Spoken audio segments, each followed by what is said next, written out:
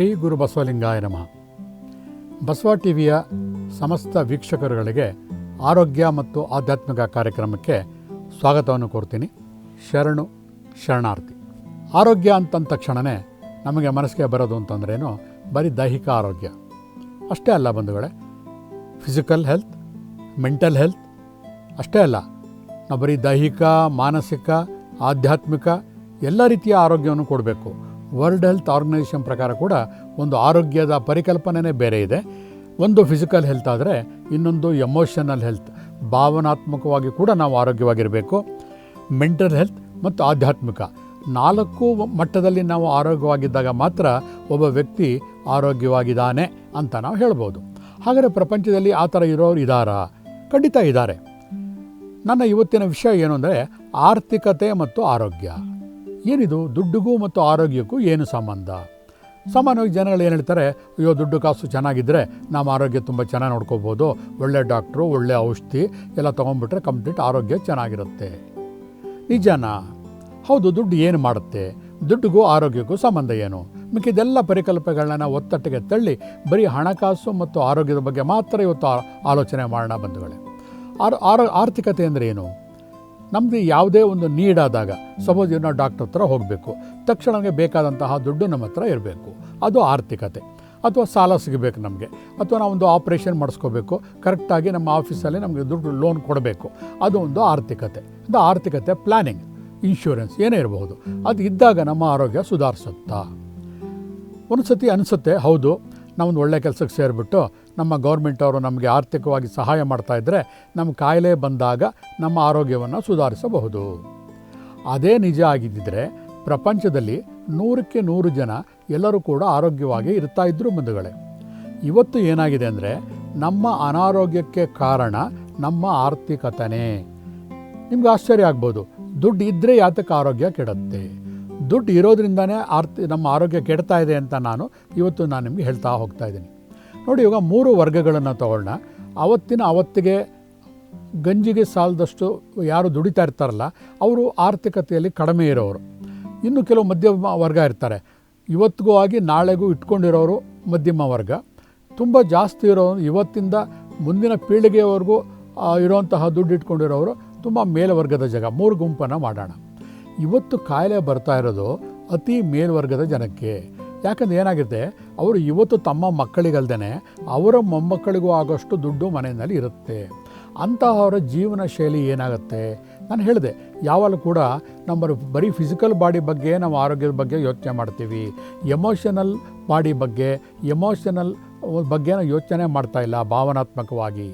ದುಡ್ಡಿರುವಂತಹ ವ್ಯಕ್ತಿಯ ಜೀವನ ಶೈಲಿ, ಲೈಫ್ ಸ್ಟೈಲ್ ಹೇಗಿರುತ್ತೆ ನೋಡಿ. ಮೊದಲು ಮೇಲಿಂದ ಬರೋಣ. ತುಂಬ ದುಡ್ಡಿರೋಂತಹ ವ್ಯಕ್ತಿ, ಅವನಿಗೆ ಮಕ್ಕಳು ಮರಿಗಾಗೋಷ್ಟು ಆಸ್ತಿಯನ್ನು ಮಾಡಿ, ಮೊಮ್ಮಕ್ಕಳಿಗಾಗೋಷ್ಟು ಆಸ್ತಿ ಮಾಡಿರ್ತಾನೆ.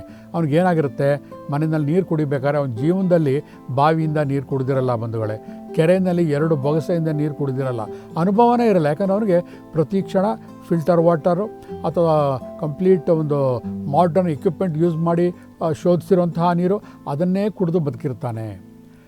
ಪ್ರತಿಯೊಂದು ವಿಷಯಗಳನ್ನು ಸ್ಯಾನಿಟೈಸ್ ಮಾಡಿರ್ತಾನೆ. ಬಟ್ಟೆ ಹಾಕೋಬೇಕಾದ್ರೆ ಕೂಡ AC ರೂಮಲ್ಲೇ ಇರ್ತಾನೆ ಕಂಪ್ಲೀಟು. ಧೂಳು ಬೀಳಲ್ಲ. ಪ್ರಕೃತಿಗೆ ಅವನ ದೇಹ ಓಪನ್ ಅಪ್ ಆಗಿರೋದಿಲ್ಲ. ಮನೆಯಲ್ಲೂ ಕೂಡ AC, ಕಾರಲ್ಲಿ AC, ಆಫೀಸಲ್ಲೂ AC.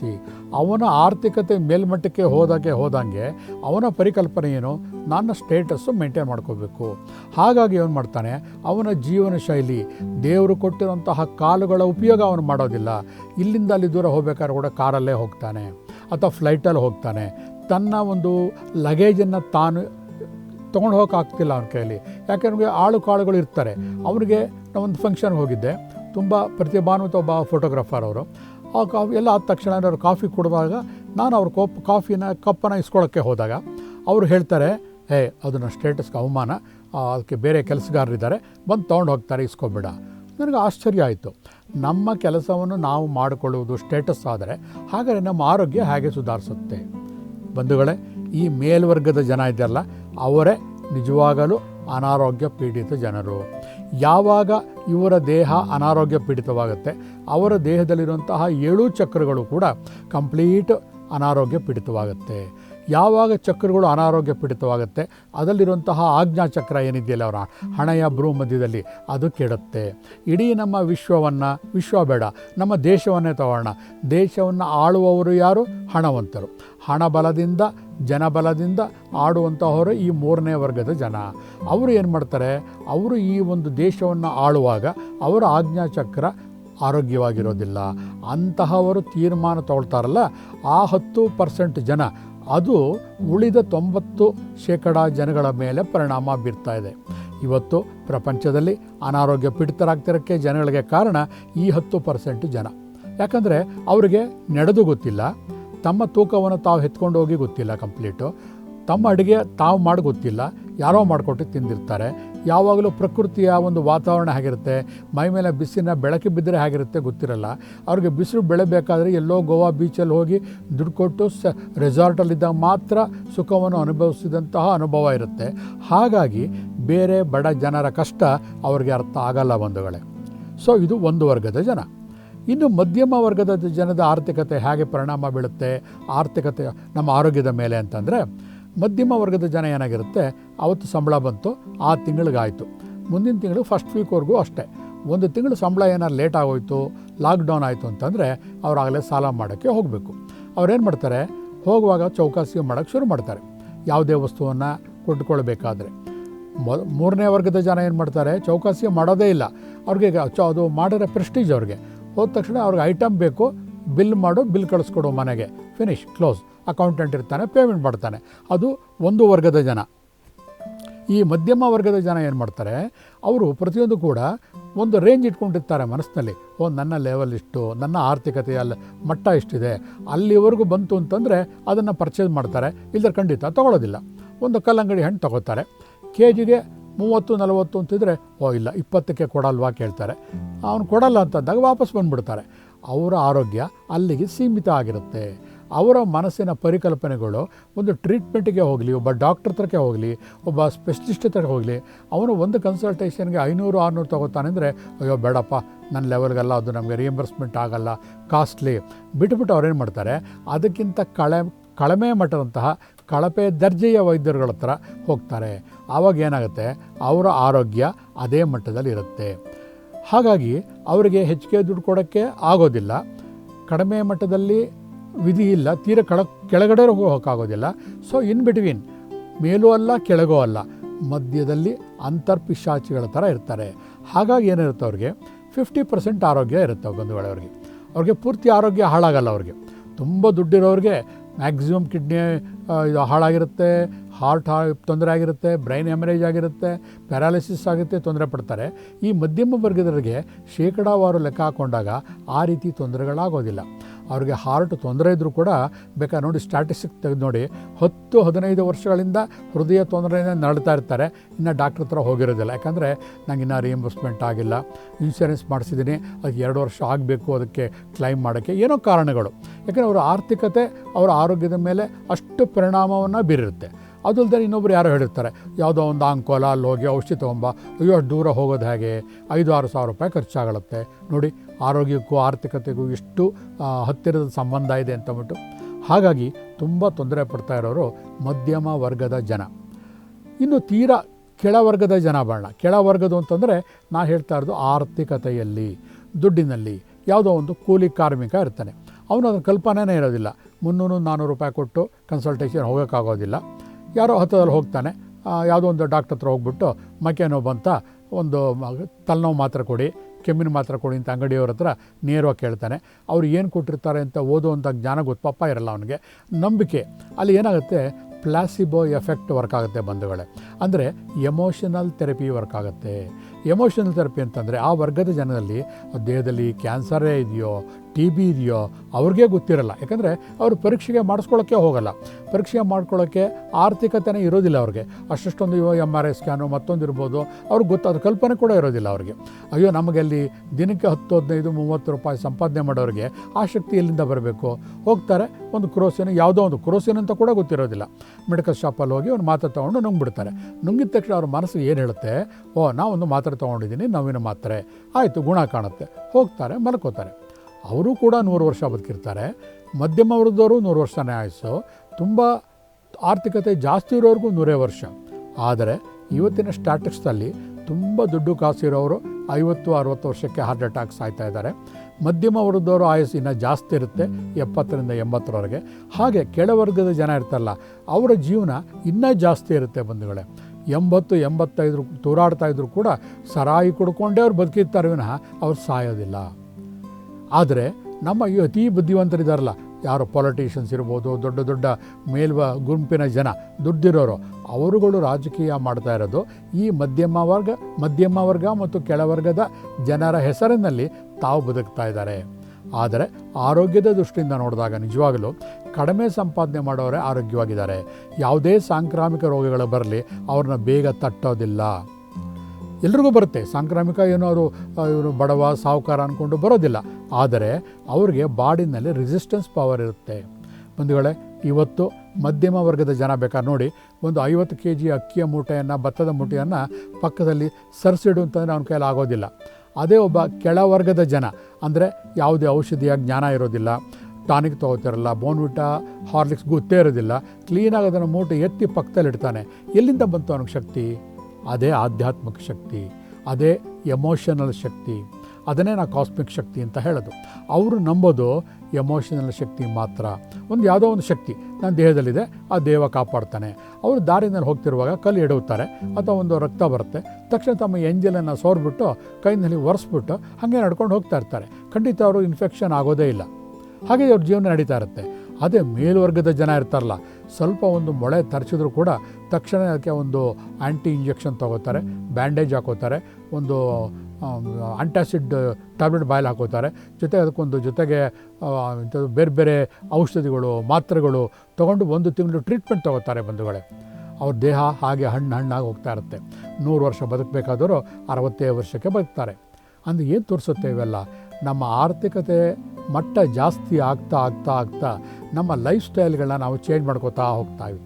ಮೊದಲು ನಡ್ಕೊಂಡು ಹೋಗ್ತಾ ಇದ್ದವರು ಸ್ವಲ್ಪ ದುಡ್ಡು ಬಂದ ತಕ್ಷಣ ಸೈಕಲ್ ತೊಗೋತೀವಿ, ಅದು ಸೈಕಲ್ ಇನ್ನೂ ದುಡ್ಡು ಜಾಸ್ತಿ ಬಂದ ತಕ್ಷಣ ಮೋಟ್ರ್ ಬೈಕ್ ಹೋಗ್ತೀವಿ, ಆಮೇಲೆ ಹೋದ್ಮೇಲೆ ಏನು ಮಾಡ್ತೀವಿ, ಕಾರ್ ತೊಗೋತೀವಿ, ಆಮೇಲೆ ಯಾವಾಗಲೂ ಹೆಲಿಕಾಪ್ಟರು, ಏರೋಪ್ಲೇನೇ ಬೇಕು. ನಾವು ಏನು ಮಾಡ್ತಾಯಿದ್ವಿ, ಆರ್ಥಿಕತೆ ಬದಲಾದ ಹಾಗೆ ನಮ್ಮ ಜೀವನ ಶೈಲಿಯನ್ನು ನಾವು ವ್ಯತ್ಯಾಸ ಮಾಡ್ಕೋತಾ ಹೋಗ್ತಾಯಿದ್ದೀವಿ.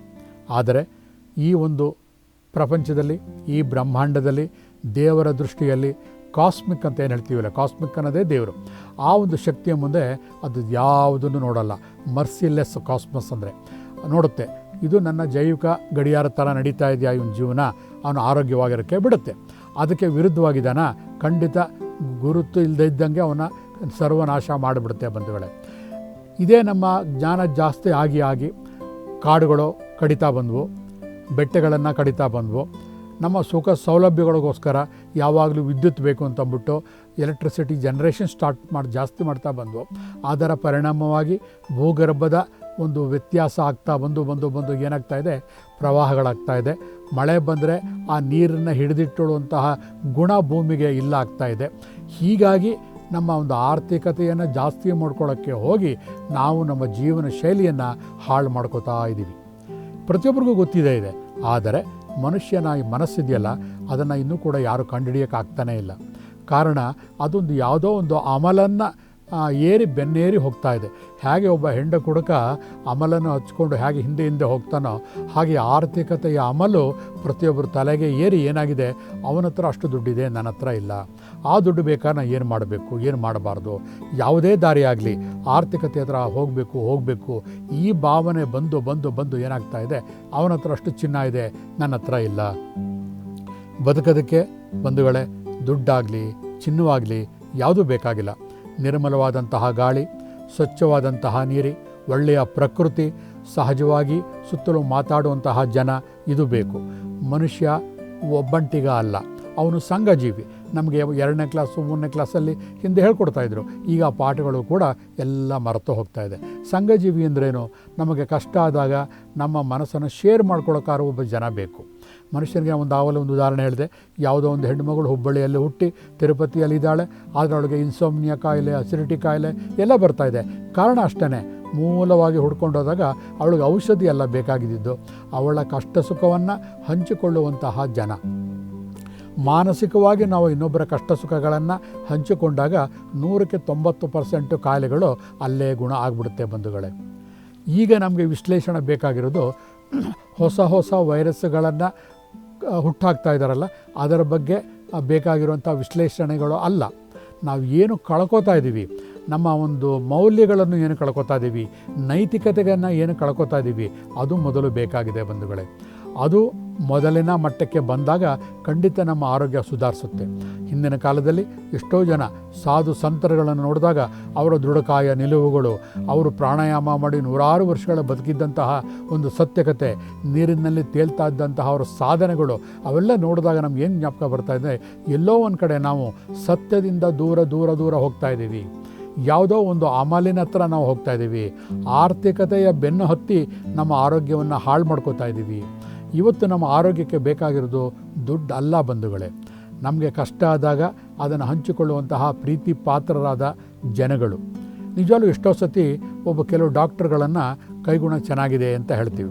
ಕಾರಣ ಅಷ್ಟೇ, ತುಂಬ ಜ್ವರದಿಂದ ಬಳಲ್ತಾ ಇರ್ತೀವಿ. ಅವತ್ತು ಶನಿವಾರ ಒದ್ದಾಡಿ ಹೋಗ್ಬಿಡ್ತೀವಿ, ಯಾಕಂದರೆ ಭಾನುವಾರ ಡಾಕ್ಟ್ರ್ ಸಿಗೋದಿಲ್ಲ. ಭಾನುವಾರ ಆಗೋದನ್ನೇ ಕಾಯ್ತಾ ಇರ್ತೀವಿ, ನಿದ್ದೆ ಕೂಡ ಮಾಡಿರಲ್ಲ. ಸೋಮವಾರ ಆಗಿರುತ್ತೆ, ಡಾಕ್ಟ್ರ್ ಹತ್ರ ಹೋಗ್ತೀವಿ. ಡಾಕ್ಟ್ರು ಮಾಮೂಲಿ ಎಲ್ಲ ಚೆಕಪ್ ಮಾಡ್ತಾನೆ, ತುಂಬ ಆತ್ಮೀಯತೆಯಿಂದ ಮಾತಾಡಿಸ್ತಾನೆ. ನಿಜವಲ್ಲೂ ಡಾಕ್ಟ್ರ್ ಹತ್ರ ಹೋಗಿ ಬರ್ಕೊಟ್ಟಿರ್ತಾನೆ, ನಮ್ಮ ಗಮನ ಮಾತ್ರೆ ಬರ್ಕೊಟ್ಟಿರೋ ಕಡೆ ಇರೋದೇ ಇಲ್ಲ ಬಂಧುಗಳೇ. ಈಚೆ ಬರೋಷ್ಟರೊಳಗಡೆ ನಮಗೆ 90% ಕಾಯಿಲೆ ಕಡಿಮೆ ಆಗಿಬಿಟ್ಟಿರುತ್ತೆ. ಅಂದರೆ ಇನ್ನೂ ಮಾತ್ರೆ ತೊಗೊಂಡೇ ಇಲ್ಲ ಅಂದರೆ ಆಶ್ಚರ್ಯ. ಇಲ್ಲಿ ಏನು ವರ್ಕ್ ಆಗ್ತಾಯಿದೆ ಅಂದರೆ ಪ್ಲಾಸಿಬೋ ಎಫೆಕ್ಟ್. ಇದು ಖಂಡಿತ ವೈಜ್ಞಾನಿಕವಾಗಿ ಕೂಡ ಇದು ಪ್ರೂವ್ ಆಗಿದೆ. ಪ್ಲಾಸಿಬೋ ಎಫೆಕ್ಟ್ ಅಂದರೆ ಔಷಧಿನೇ ಇರೋದಿಲ್ಲ. ಅವನು ಮಾತಾಡಿದ್ದು ಆ ಸಾಂತ್ವನ ನಮ್ಮ ಮನಸ್ಸನ್ನು ಗುಣ ಮಾಡುತ್ತೆ. ಅಂದೇಲಿ ಏನು ಹೇಳ್ತಾ ಇದೆ, ಔಷಧೀಯ ಗುಣಗಳಿಗಿಂತ ಮನಸ್ಸನ್ನು ಟ್ರೀಟ್ ಮಾಡಿದಾಗ ಮನುಷ್ಯನ ಕಾಯಿಲೆಗಳು ಗುಣ ಹೊಂದುತ್ತೆ.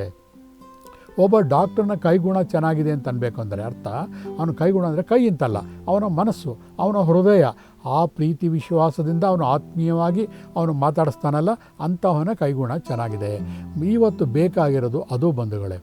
ನಾವು ಕಳ್ಕೊತಾ ಇರೋದು ಅದನ್ನು. ಈಗ ಬರೀ ಮೆಕ್ಯಾನಿಕಲ್ ಆಗಿ ಒಂದು ಹಾಸ್ಪಿಟಲ್ನೇ ಹೋದ ತಕ್ಷಣ ಸ್ಯಾನಿಟೈಸರ್ ಕೊಡ್ತಾರೆ, ಚಪ್ಪಲಿ ಬಿಡೋಕ್ಕೆ ಒಂದು ಜಾಗ, ಒಳಗಡೆ ಒಬ್ಬ ರಿಸೆಪ್ಷನಿಸ್ಟು ಬಂದ ತಕ್ಷಣ ದುಡ್ಡು ತೊಗೋತಾರೆ, ನಿಮ್ಮ ನೇಮ್ ತೊಗೋತಾರೆ, ಟೋಕನ್ ಬರ್ಕೊಡ್ತಾರೆ, ಡಾಕ್ಟ್ರ್ ಹತ್ರ ಹೋಗ್ತೀವಿ, ಸ್ಕ್ಯಾನಿಂಗ್ ಮಾಡಿಸ್ಕೋತೀವಿ, ECG. ಅಷ್ಟರೊಳಗೆ ಏನಾಗಿರುತ್ತೆ, ನಮ್ಮ BP 30, 40, 60 ಇದ್ದಿದ್ದು ಅಲ್ಲೇ 120 ಆಗೋಗಿರುತ್ತೆ ಬಂಧುಗಳೇ. ಕಂಪ್ಲೀಟ್ ಡಾಕ್ಟ್ರ್ ಹತ್ರ ಹೋಗೋಷ್ಟರೊಳಗೆ ಅದು ಕಂಪ್ಲೀಟ್ ಒಂದು ಉತ್ತುಂಗಾವಸ್ಥೆ ಹೊಟ್ಟೋಗಿರುತ್ತೆ.